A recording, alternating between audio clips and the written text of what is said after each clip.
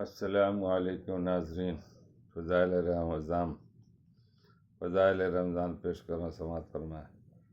حضور صلی اللہ علیہ وسلم کا ارشاد ہے کہ 3 آدمیوں کی دعا رد نہیں ہوتی: ایک روزہ دار کی افطار کے وقت، دوسرے عادل بادشاہ کی دعا، تیسرے مظلوم کی جس کو حق تعالی شان ہو بادلوں سے اوپر اٹھا لیتے اور آسمان کے دروازے اس کے لیے کھول دیے جاتے اور ارشاد ہوتا ہے کہ میں تیری ضرور مدد کروں گا، کسی مصلحت سے کچھ دیر ہو جائے فائدہ۔ در منشور حضرت عائشہ رضی اللہ تعالیٰ عنہ سے نقل کیا ہے کہ جب رمضان آتا تھا تو نبی کریم صلی اللہ علیہ وسلم کا رنگ بدل جاتا تھا اور نماز میں اضافہ ہو جاتا تھا اور دعا میں بہت عاجزی فرماتے تھے اور خوف غالب ہو جاتا تھا۔ دوسری روایت میں فرماتی ہیں کہ رمضان کے ختم تک بستر پر تشریف نہیں لاتے تھے۔ ایک روایت میں کہ حق تعالی شان رمضان میں عرصے کے اٹھانے والے فرشتوں کو حکم فرما دیتے ہیں کہ اپنی اپنی عبادت چھوڑ دو اور روزہ داروں کی دعا پر آمین کہا کرو۔ بہت سے روایت سے رمضان کی دعا کا خصوصیت سے قبول ہونا معلوم ہوتا ہے اور یہ بے تردد بات ہے، جبکہ سند ضد کا وعدہ ہے اور سچے رسول کا نقل کیا ہوا ہے۔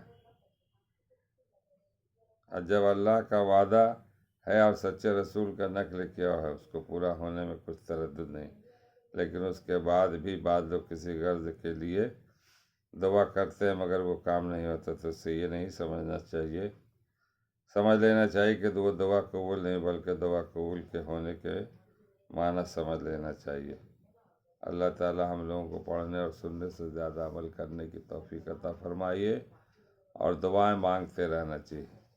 جو روزے دار ہیں ان کے افطار کے وقت کا روزہ قبول ہوتا ہے، دوسرے کے عادل بادشاہ، تیسرے کے مظلوم۔ آج کل ظلم بہت ہوتا ہے مظلوموں پر، تو اس کے لیے اللہ تعالیٰ فرماتے ہیں کہ تم ہم سے دعا کرو،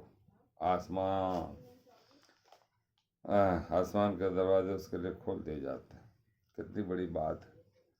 لوگ یہاں سمجھتے ہیں کہ ہم اس کا ظلم کر رہے، اس پر بہت بڑی بات۔ مظلوموں کے حق میں جو ہے نا، وہ جو نقصان پہنچاتے ہیں تو وہ نقصان نہیں پہنچاتے، وہ اپنا ہی نقصان کرتے ہیں۔